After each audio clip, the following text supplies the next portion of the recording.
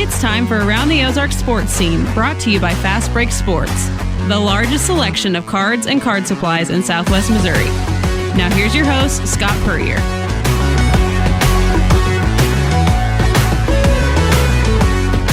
Welcome in to another edition of Around the Ozarks Sports Scene. I am Scott Puryear. As always, a big thank you for tuning in and listening as we try to chat with some of the current, past, and present names and athletes of the Ozarks and catch up with them. And today we're going to visit with Kellen Lindstrom, the former Glendale High School football standout from last fall, who actually is at the University of Tennessee as a freshman participating in spring drills and just finished that part of his career, to find out what that's like for a kid walking the halls of Glendale one day and then on a college campus for the spring. So we'll talk to Kellen here in a few minutes. We start our podcast each week off with our look ahead, kind of things to watch this week in the Ozarks and beyond. Of course, horse racing fans will be excited that it's Kentucky Derby weekend. So about 5:30 down the stretch they come will be heard on TVs throughout the Ozarks as the Kentucky Derby is held in Kentucky, obviously. But looking at locally, Missouri State baseball, they down in Arkansas this week on Tuesday and Wednesday for a series with the nationally second-ranked Hogs. Bears are 18-24 overall, 7-11 in the Valley. Dropped 2 of 3 this past weekend to Evansville. Kind of need to hit the gas here at the end to make sure they're in the conference tournament field in what is Keith Gutton's final season of 42 years as the Bears baseball coach. But Missouri State's home this weekend, taking on Murray State. It's a Friday night game along with afternoon games on Saturday and Sunday at Hammons Field. Springfield Cardinals are back out on the road, and they're going to be gone for a while, about 2 weeks' worth of road games at Tulsa and then down in Springdale at Northwest Arkansas. They'll return home Tuesday, May 14th, when Midland comes to town. Springfield Cardinals started this week with a 14-7 record, sitting atop the North Division of the Texas League. Good start, of course, fueled by their 9-0 beginning to the season, which was a franchise record in their 20 years of existence there. Drury baseball, they conclude their regular season this week. They're at Southwest Baptist on a Thursday, Friday, Saturday format. Panthers are 25-20. They're 22-10 in Great Lakes Valley Conference play. They dropped 3-4 over the weekend to Maryville. A little setback for them there, but they can finish strong at SBU and Bolivar this week. Then they go to the GOEC tournament next week in Marion, Illinois, probably as the 3 or 4 seed in the conference tournament. And lastly, Drury softball, 29-22 overall, 17-9 in the GOEC. They're the 3rd seed in this week's GOEC tournament being played in East Peoria, Illinois. So good luck to the Panthers with that one. Our guest today on Around the Ozarks Sports Scene is a former Glendale High School football standout who graduated early and headed for Knoxville to start his career with the Tennessee Volunteers. He is Kellen Lindstrom. Kellen, thanks for taking time to visit with me today. Of course. Thank you for having me on. You betcha. Been a while since we've caught up. Just kind of had a lot happen in your life since then. I think last time I talked to you, we were still trying to figure out where you were going. You made that decision, before your senior year, and now you're a Vol, and made the decision to graduate early at semester at Glendale and head on over to Knoxville. Kind of tell us about what was behind that decision for you to get out and skip your final semester of high school. And, of course, you were a baseball player, so you missed your baseball season. But just how much decision weight was put into that? And how long did you ponder that decision? Really, to start with, whenever I first committed and first decided where I wanted to go, I was fully intended on staying for my last semester of high school. And, coaches haven't toyed the fact of graduating early and getting to campus early, and I thought about that for a while and just thought mom wouldn't want me to go, parents wouldn't want me to go, and want to enjoy my final semester. And whenever we went on my official visit in June, Coach Heupel and all the other coaches were like, hey, if you do come, he said, I highly recommend you coming. He said the guys who do come have such a big advantage over the ones that come in June. He said, you're pretty much a seasoned vet by the time fall camp starts. You get a full year of training full year of nutrition, full spring football season. And he's like, you can go home whenever you want. You got breaks for a week and a half for spring break, like 20 days in May. And also you got an Easter break too, and go back for prom and whatever you want. So that the fact that they were that, I guess, free with you on the time to get back and stuff was probably a big key because, there's memories you're missing out on. You'll get to come back, and will you walk in graduation at Glendale? Have you done prom already? Did you do any of that or not? Well, so I was hoping to go back for prom. I wanted to, and come to find out, my prom was the night before the spring game. So there's what are the chances? Whenever I found that out, I tried calling my counselors and talking to them at Glendale, being like, "Hey, can you move this by chance?" It's a far cry, but it'd be nice to have my senior prom. And I guess they just made that decision back in last year to have it on April 12th for some reason. It was a really early prom. I was like, man, that sucks. That is early, yeah. What about graduation? We get to come back and walk in this month or next month, I guess. Today's April 30th, so next couple weeks. Mm-hmm. Yeah, I will.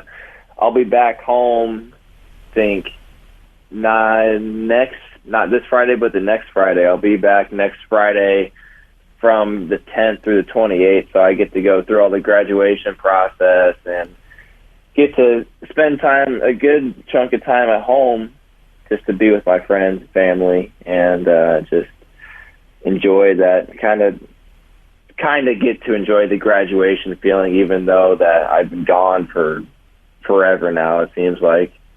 So I think it's fascinating what guys like you just did. One day in December, you're walking the halls with all your longtime classmates at Glendale, and next minute you're walking a college campus in Knoxville in January, knowing basically nobody, and hours away from home, and starting a new chapter, probably 6 months or 8 months earlier than anybody anticipated.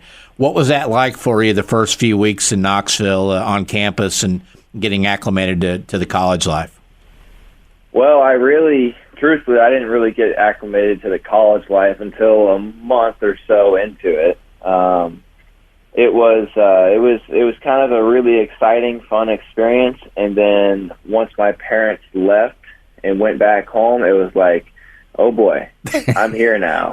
I'm by myself. I just got these brand new roommates. I have no idea who they are, where they're from. I've talked to them over text message, but now that I'm here, I'm like, oh boy, I got to figure out who I'm going to fit in with. And of course, everybody on the football team has their little cliques, and they have their group of friends.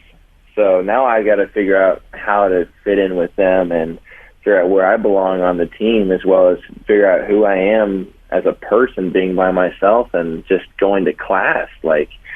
Just going from high school classes straight into college classes was easier than I thought it was going to be. They kind of hooked me up with 1 in-person class and 4 online classes.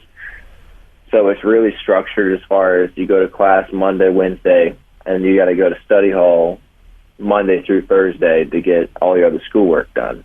So you really only had to actually find one building on campus for class, then 4 or 5, right? That helped a lot, I would imagine. Oh, yeah. It did help a lot. That did. And now if I have to find something on campus, I kind of don't know where it is because I've only been to one class.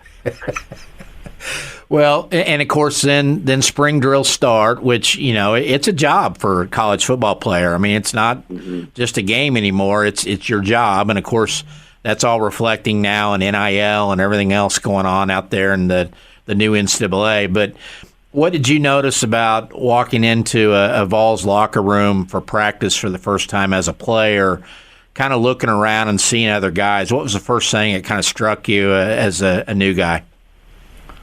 Well, that started from January 22nd, whenever we started our first winter workout. I was totally ill-prepared. I had no idea what to do. I showed up 20 pounds underweight, and just walking in that locker room, seeing everybody who was there and all these big guys, and I'm just like, man, like, I'm here now. This is awesome. This is cool. But now I gotta really work and not essentially earn it, but I gotta pretty much bust my butt and belong. Yeah.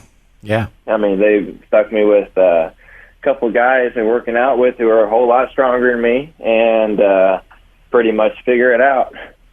So, outstanding defensive end in high school, and what are you size-wise now? Have you put on some more weight since you got there?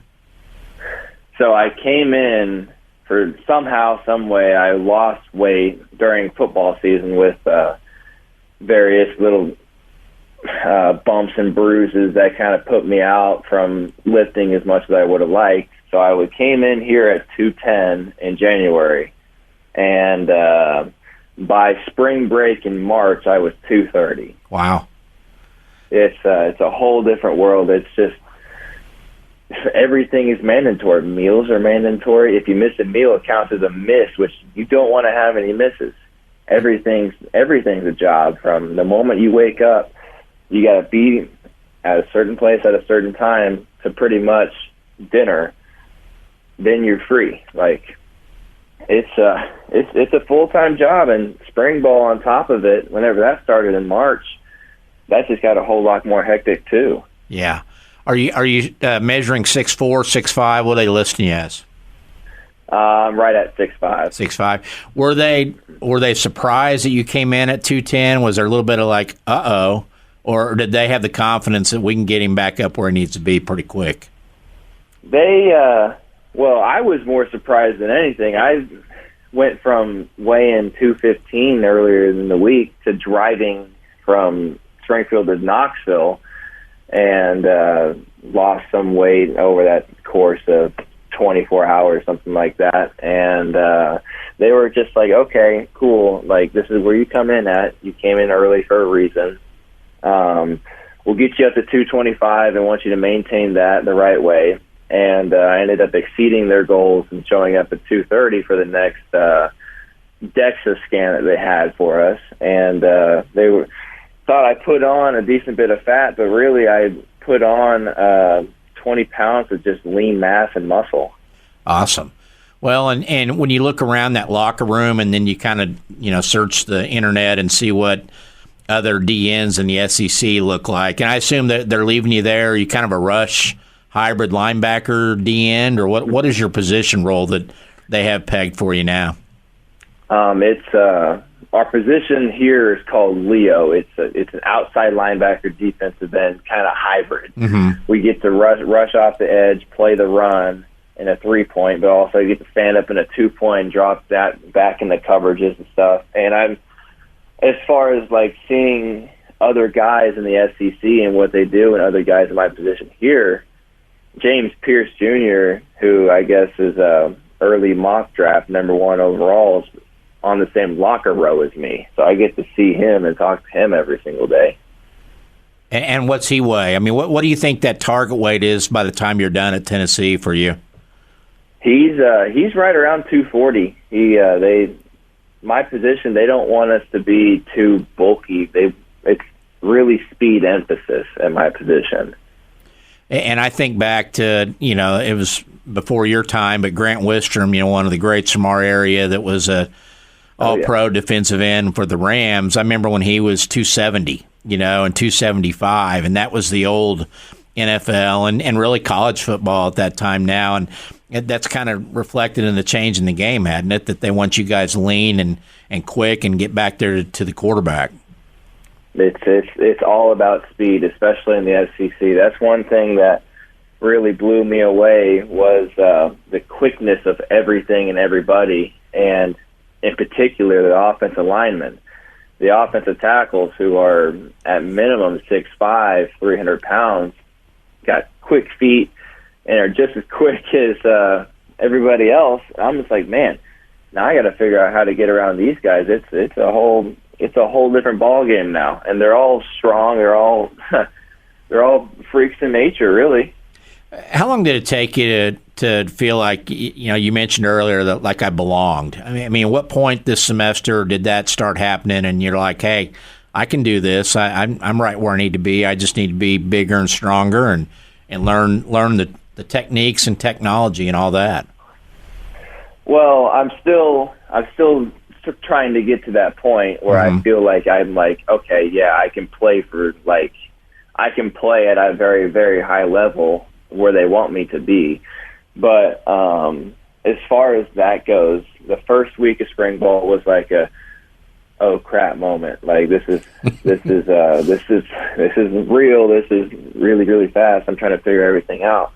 And the technique is so different. Whenever I played in high school, it's just, all right, these coaches have a certain stunts they want us to do, and we run those stunts, and it's all like instinct and natural. And now that I'm here, you have to play with so much technique, because if you don't, you're just going to get wiped away. But as far as whenever I feel like I really hit my stride, I feel like the first scrimmage that we had, I had a really good scrimmage, had 2 sacks and a couple of tackles for loss. And I was like, okay, I'm figuring this out. This is awesome. I'm learning how to play at this level.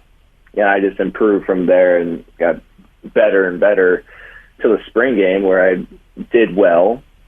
And we have exit meetings, and a lot of what Coach Heupel and my position coaches said, just keep being tough, keep being physical, get in the film room, get in the weight room, and just get faster and stronger and bigger. Do they talk to you about redshirting? Is that almost a given for incoming freshmen? Because I know now you can play 4 games and still maintain your redshirt, and most schools probably try to like to do that, don't they? Keep those 4 games or less and get that extra year for a guy. They have not mentioned the redshirt year for me yet. Going into spring ball, my position coach was pretty hopeful for me. I think if I can get to the point where I need to be around 235 around August, maybe bigger, and really, really master my position, I think there's a good chance I can get on the depth chart and be on the traveling squad. Awesome. How many guys are at your position on a depth chart, like at that Leo? 4. 4? Okay. They rotate 3 consistently, and that 4th guy kind of subs in whenever he's needed. And he's also on special teams too.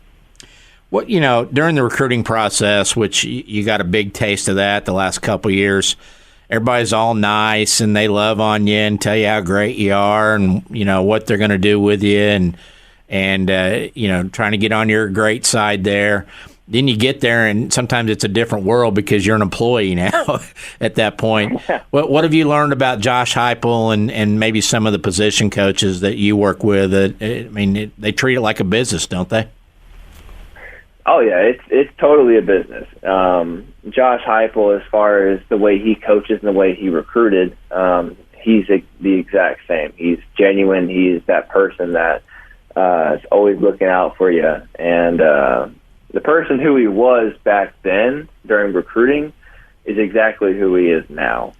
And except for the fact that he's got to maintain 124 other guys on the team. But one thing that I didn't really recognize at the time during recruiting is, wow, these coaches are always here at my high school. They're always with me. But then on the flip side of things, they're never around during that travel period. They're not in the university. My first pretty much 2 weeks, I didn't see my position coach. I saw them whenever I moved in, and the next day they were gone. And I didn't see them until middle of February whenever we started getting into the walkthroughs and meetings. Pick Tennessee over OU and some others. What was it about the program in Knoxville and maybe the town of Knoxville that really kind of swung you that direction? Whenever I came to Knoxville for the first time, it was just a gorgeous town. It's beautiful. It looks like a bigger, nicer Springfield is the way I described it at first. And obviously, I love the people in Knoxville. Everybody, Tennessee fans, are rabid, and all the coaches were really, really welcoming. They all pretty much loved me up like crazy, and also didn't really get a chance to interact with the players, but I knew the culture of the program was a good culture. That's what Coach Heupel really strives for, is having a great, great culture amongst the locker room. And as far as the people, now that I'm here, it's just everybody here, after it seems like whenever spring ball came around, everybody was kind of relying on others. So you gained a lot of trust with the players, and that has really opened up a lot of friendships for me as far as getting to know people-wise. Of course, your dad, Greg, was a former pitcher at Mizzou in his college career. How does he look in orange, and how much orange is in the closet of your mom and dad right now? You know who wears the most orange is my grandfather. Really? My grandpa, Roger, he loves it. He wears Tennessee pretty much every single day that he can, in some way or another, whether he's wearing a work shirt or if he's wearing some Tennessee shorts. He's always got them on. My dad, as you know, he's big baseball guy. He's got a Tennessee visor that he wears everywhere. He wears some Tennessee shirts and clothes, but Mom has really adapted to the orange. She was really skeptical of the orange at first during recruiting, and has kind of succumbed to it, or at least has been forced to. You know, it's like when my son went to Arkansas. You know, we're lifelong OU fans, and you know, we go to Arkansas games, and it took a while for me to get adjusted to that call the hog stuff, you know. And I'm sure for your dad, it's probably there was a little bit of a break-in period for him being a Mizzou guy, you know, to be able to cheer for somebody else in the same conference. But blood's thicker than water in the end, and I know that that has to be the case with your parents. Obviously, they figured out the easiest way to get to Knoxville, haven't they? Well, there's no real easy way to get to Knoxville. There's no direct flights, as Springfield's got a really small airport, and so does Knoxville. So you have to at least take one connection flight, whether that be through Charlotte or Atlanta, and occasionally through DSW, which I do not recommend. But honestly, the quickest, cheapest way is to drive the whole 8.5 hours. Have you missed baseball this spring with your Falcon teammates? I have.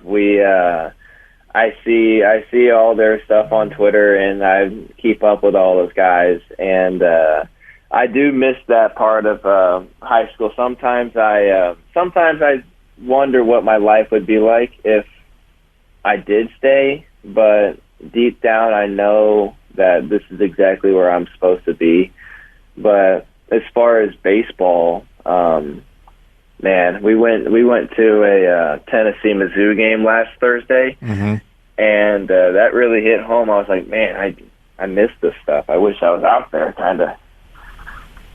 Do you ever? I mean, because you grew up and you know, we've known each other family wise for years, and saw you play baseball, you know, travel ball and all that, and it was kind of just assumed this big lefty pitcher guy is going to be a you know, you are lefty, right? Am I correct? Oh, yeah. Yeah, going to be a spitting image of his dad. You're going to have college baseball offers. Do you ever kind of sit back and kind of laugh now that you're playing college football? I do. A lot of times, I've always thought I was going to be a baseball player. Growing up, I always thought that was my gig. And just now that I'm here playing football, it's like, man, that's a whole different thing than I thought was going to happen in my life. But it's kind of funny because some of these schools were like, hey, like, you can come play baseball for us too. Like, you just out of spite, like, oh, we'll take you in too, just to try and convince me to go. Well, and of course, your sister's a good young athlete at Glendale. Is she kind of watching all this and watch the recruiting process? And does it get her excited for, what is it, softball or basketball or both? What's kind of her? It's Peyton, correct? Yeah, Peyton. I think as far as her recruiting wise goes, I think it's probably going to be softball. She's obviously a really good athlete, but I wouldn't tell her this, but I don't know if she's going to be quite tall enough to play basketball at that type of level she wants to play at. But softball, she's a part of a big traveling team. She's already getting some attention as far as follows on Twitter and stuff like that from various schools.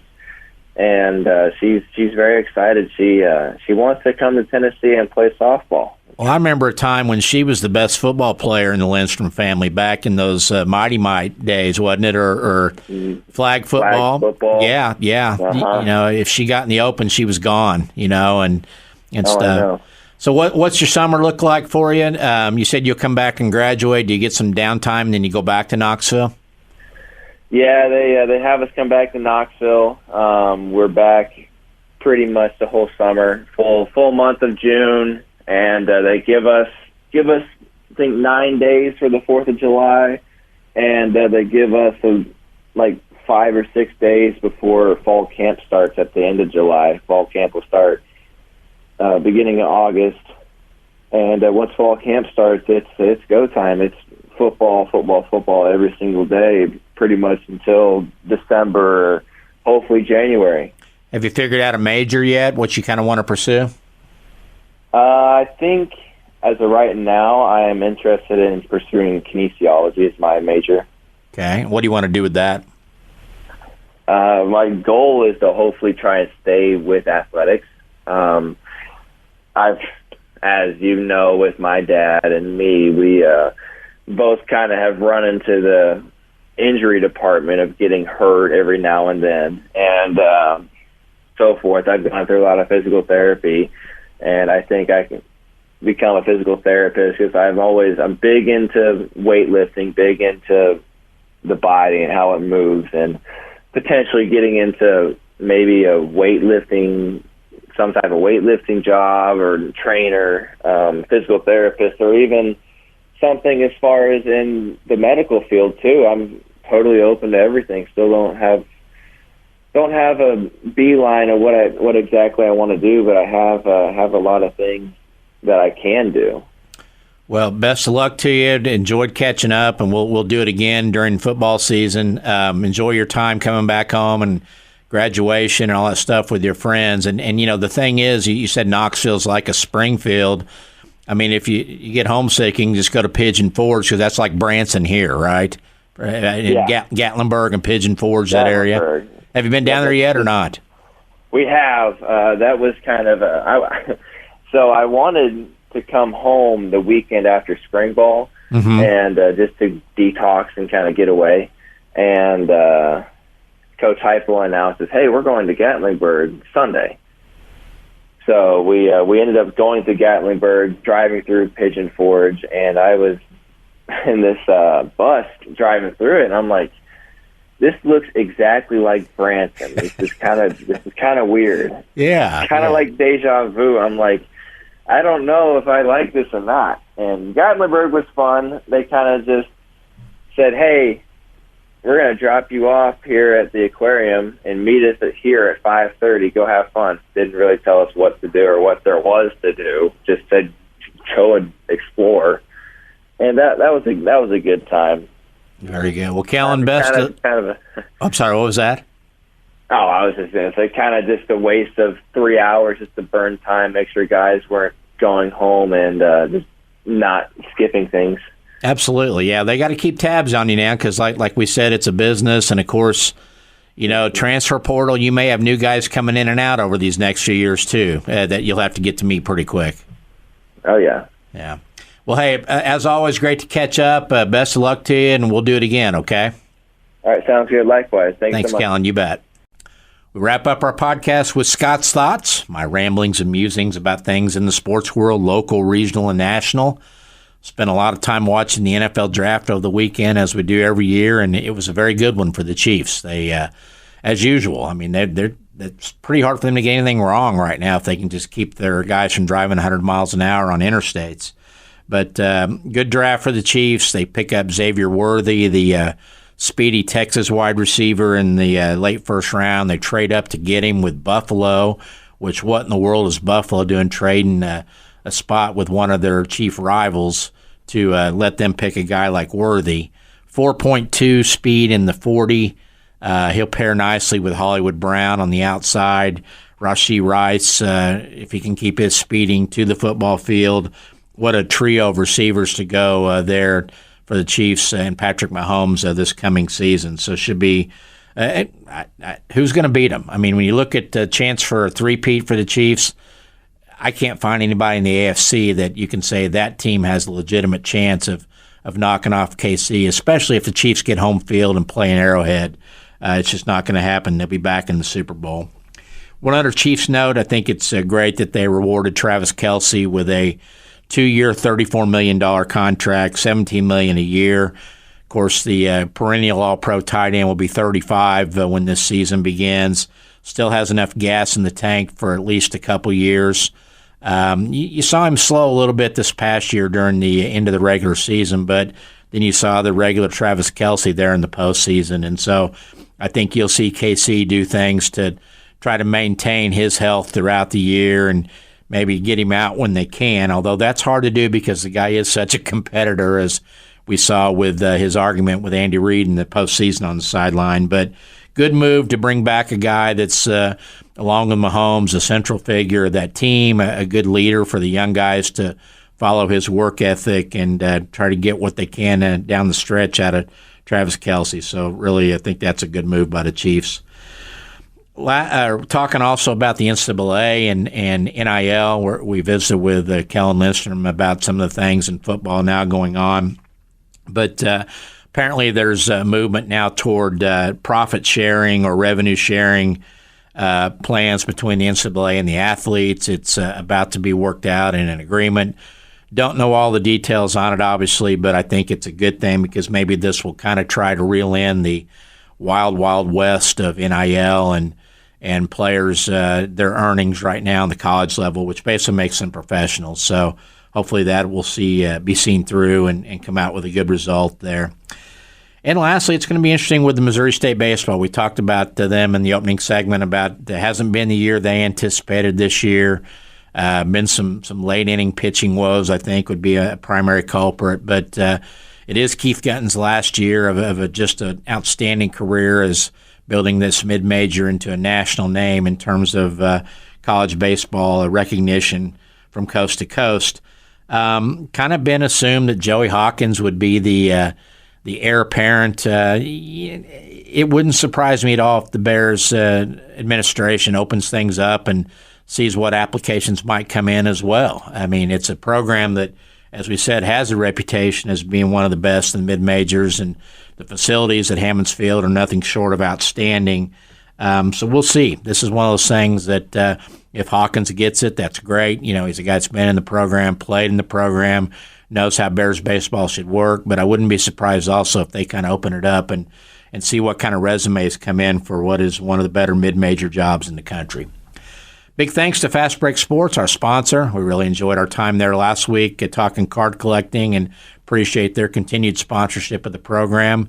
Get in touch with me if you're interested in being a sponsor as well. We've got more room, so give me a call or shoot me a message.